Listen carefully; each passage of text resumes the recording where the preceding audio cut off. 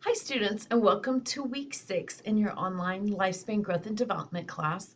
This week we are staying in early childhood, but we will be focusing on the social emotional development during this stage. So let's take a look at your module for the week. So you have the PowerPoint slides here. You do have a discussion question this week. I'll come back and talk more about that at the end. In addition to the discussion question, you have a Connect assignment over children and divorce, and then a quiz over this chapter. So 3 assignments due this week. Let's take a closer look at your discussion question for the week.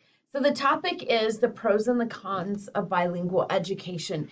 In this assignment here, I've given you lots and lots of resources to use to help you build your response to Teresa and Tyler.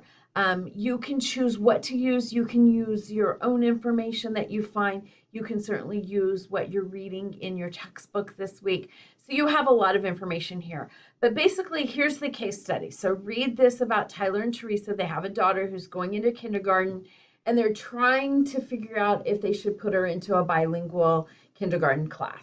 So your job is you're the consultant hired to tell Tyler and Teresa both the pros and the cons of bilingual education. So again, that's the scenario. Here's some of the resources you can use, but of course, find your own if you prefer. Just wanted to give you a starting point with resources.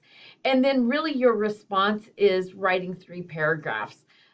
So in response, you'll have a paragraph to each of these questions here. So in one paragraph, you're talking about what is happening to the cognition of a child during this period, and I kind of give you that sensitive period for learning language to focus in on. So a paragraph there. Your second paragraph is listing out at least 5 pros and 5 cons of bilingual education. And then your third paragraph is really your opinion on how you would advise Tyler and Teresa to move forward with Gracie's kindergarten experience. So that is your initial response to the discussion question, 3 paragraphs.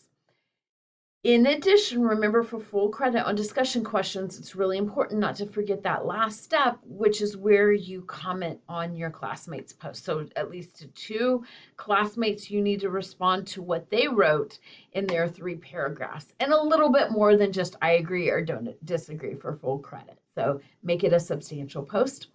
And again, it's really helpful if you can get your initial post, which are these 3 paragraphs, done earlier in the week, so we're not all waiting until Sunday night to do that and then having to do the comments on top of that.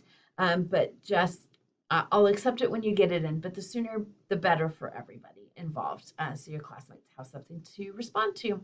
If you have any questions, please reach out to me. I hope you all have a great week. Take care, everybody.